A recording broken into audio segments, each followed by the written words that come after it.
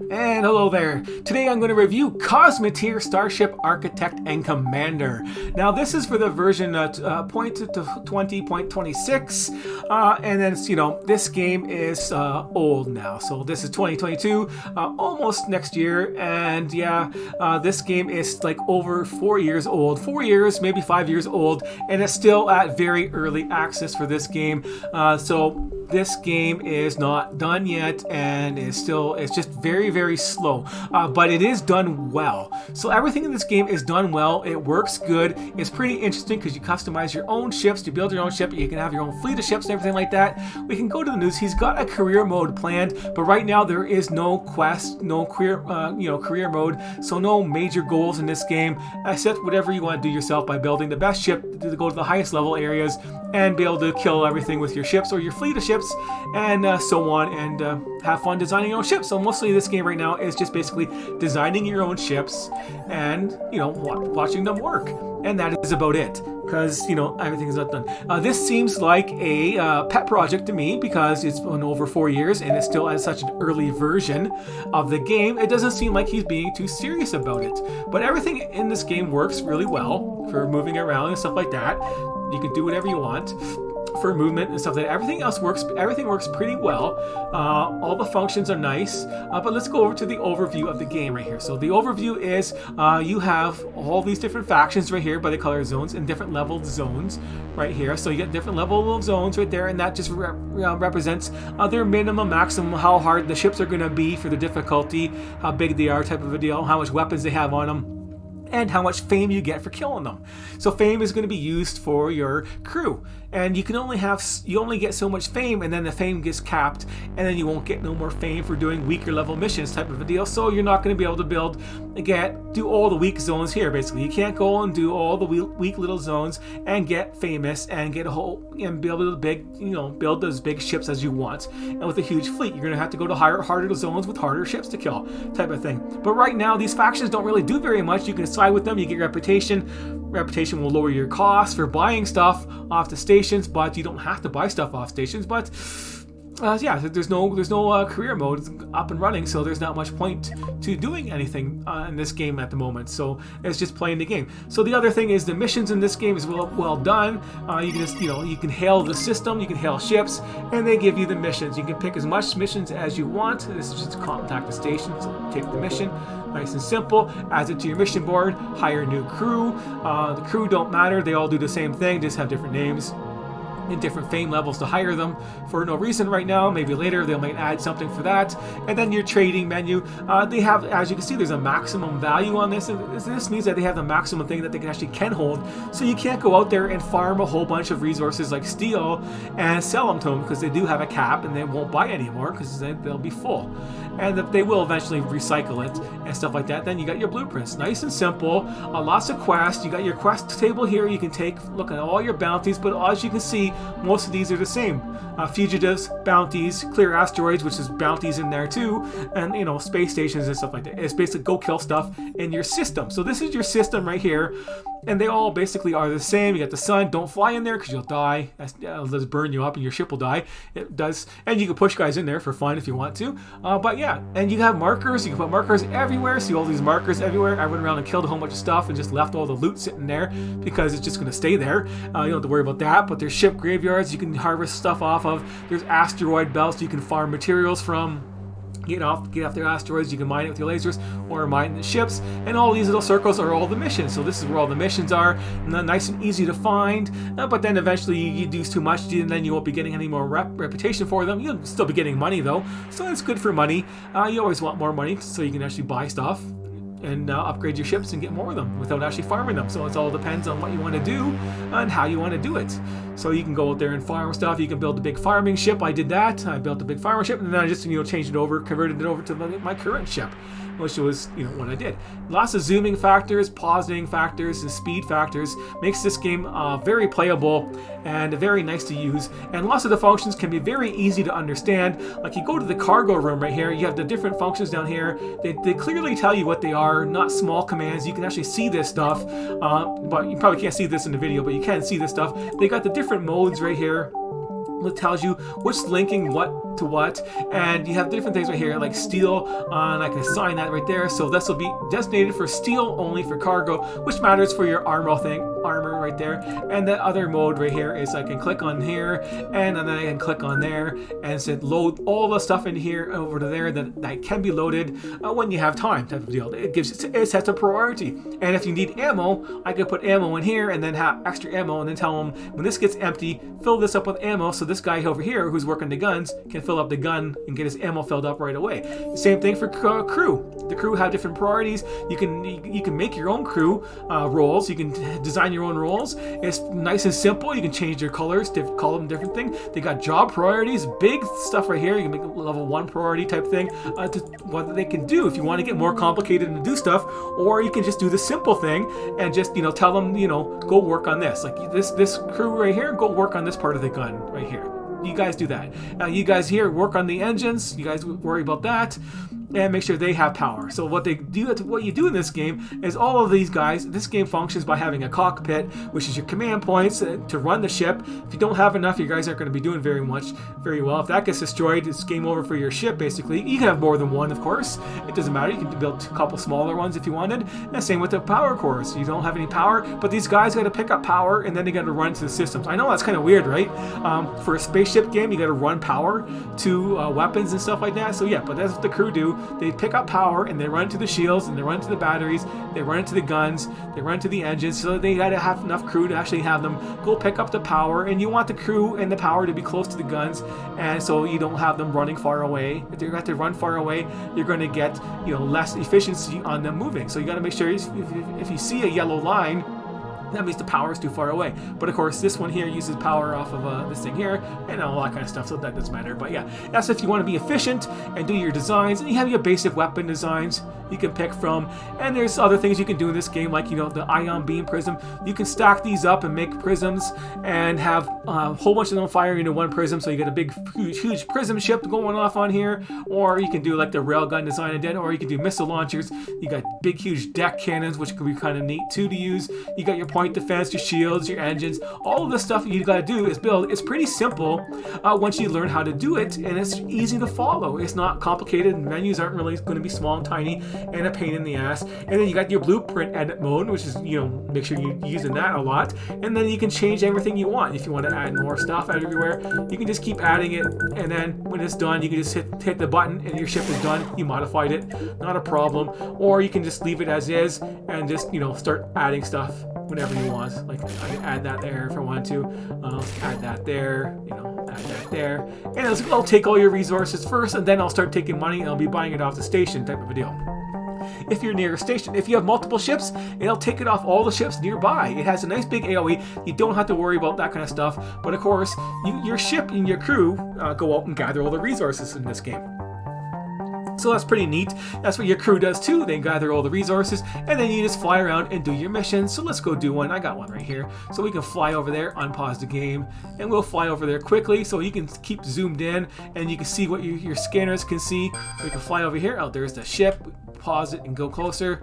And let them come to me. There you go. So this is a level 6 ship. We can zoom in right now. As soon as they come within your sensor range, you can actually zoom in and actually see what the ship has. And if you want, you can copy it. So this guy has a railgun too. A nice long railgun. Lots of accelerators on his railgun. He's got missile launchers. And he's got a whole bunch of thrusters in here. See, he's even got reverse thrusters too. He's just like, copied what I did basically on my design. He's got 2 shield emitters, and so do I. I got 2 shield emitters on mine. I ended up using commands. There's commands that go faster, zoom in and out. See, I got this on here, and I got some point defenses, but mine's a little bit longer than his. And this game is all about range and having, enough reverse thrusters to be able to do that. So I can just click on this ship nice and easily. You can see my red pointer right there. It's sticking right through them. So I want to be able to hit them and penetrate them, so I'm just going to get a little bit of range, and there you go. So there's my range right there. A little bit generous for him, and we can lower the speed down to normal speed and get up there and take a look. And of course, you can also do extra targeting, like prioritize targeting his weapon right there. So let's kill his weapon and then kill his power supply and then be done with him. So there's my weapon firing. The first shot was just really bad for accuracy. There we go. We took out some of his ship. So let's slow it down for the next shot and see what my ship is doing. So there's the shot. It's coming in. Slow it down. Pause it. Looks like it's dead on target. Go go a little bit slower. Yeah, that's maximum speed right there. Boom! Direct hit on this thing. Took out half of his weapon is destroyed right there. So one more shot there will finish him off. Let's go a little bit faster so we can get a zoom out a little bit. So you get the next shot coming. It takes a while to reload it. Let this slow. There's a shot. Oh. Slow it down properly. There we go. It's coming. A little bit off target. Zoom in so you can see where your weapons are going and what they're doing. It's very nice. Oh, looks like it had a little issue hitting his armor there. It's supposed to have penetration value, but it doesn't look like it penetrated it very well. But as you can see, I got more range than he does because I had more accelerators. There's another shot coming. Of course, this is long range combat, so let's carry it on. Boom, got him. So that time, we finally got a direct hit. Went all the way through, destroyed his railgun, and his whole railgun gets destroyed. That's the weakness of railguns. You destroy one section, all the rest of it get destroyed, and that took out like his whole, and that blew up and took out a whole bunch of other stuff too. So, but we still have to take out his power supplies or his crew thing. I don't even know where is his crew. Is it way down there? That's the cockpit way over there. I thought I clicked on that, but anyways, let's speed it up. Yeah, and then the autosave feature. I should take that off. Change that off a little bit.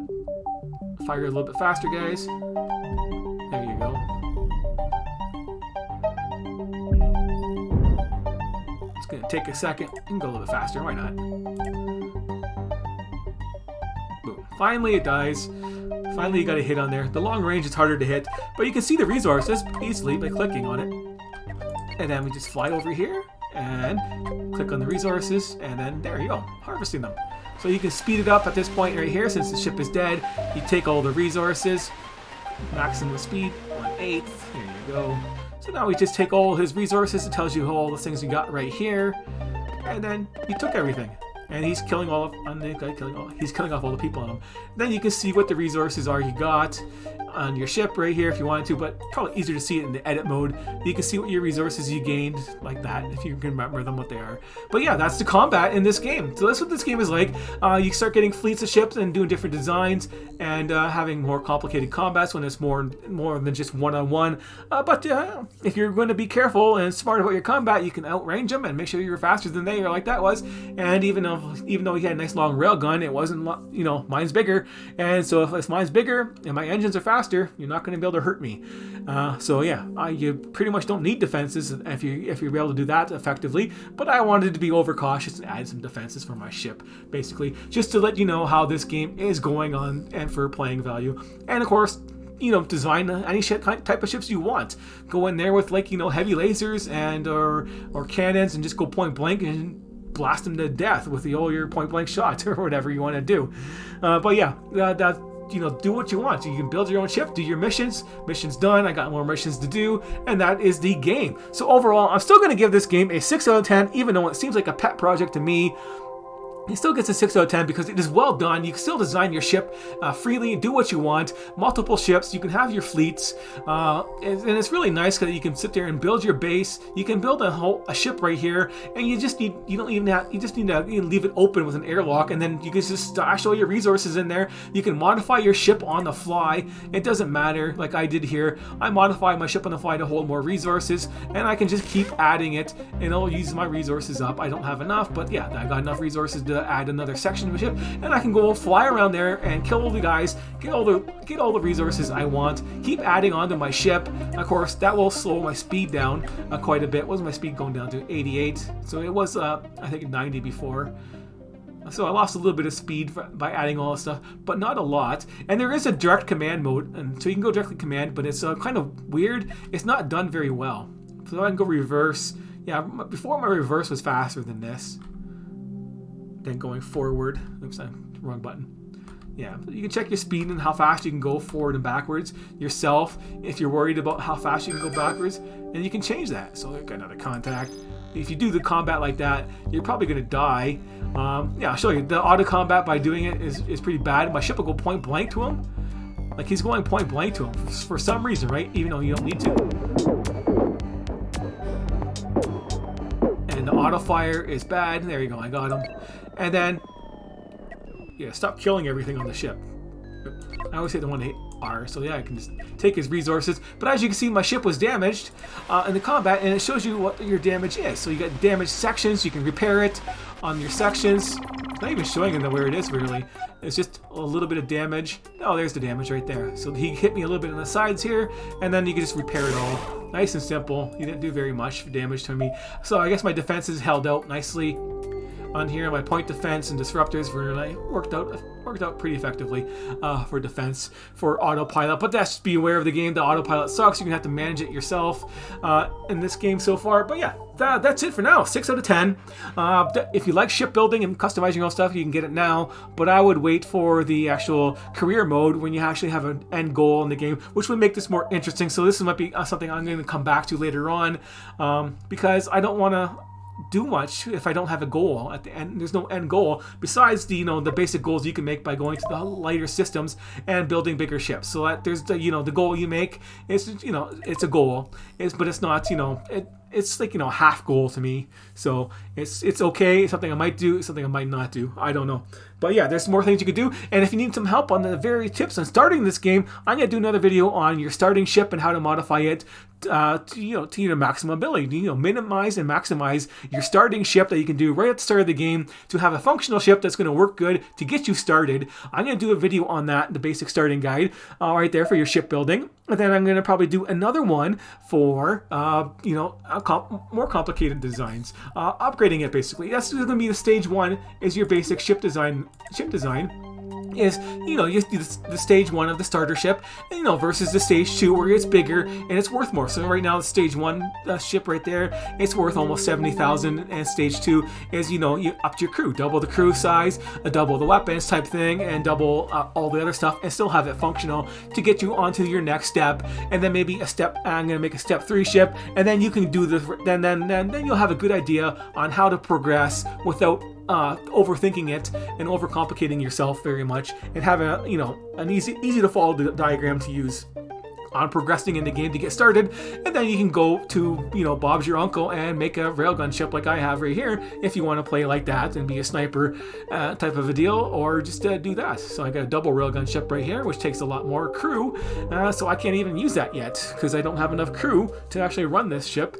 But as you can see, it's kind of a sloppy design. Got the engines in the middle. Nice idea for reverse engines, but the same concept as this one here, but just double up the railguns type of thing. But anyways, thanks for watching, and I'll see you later.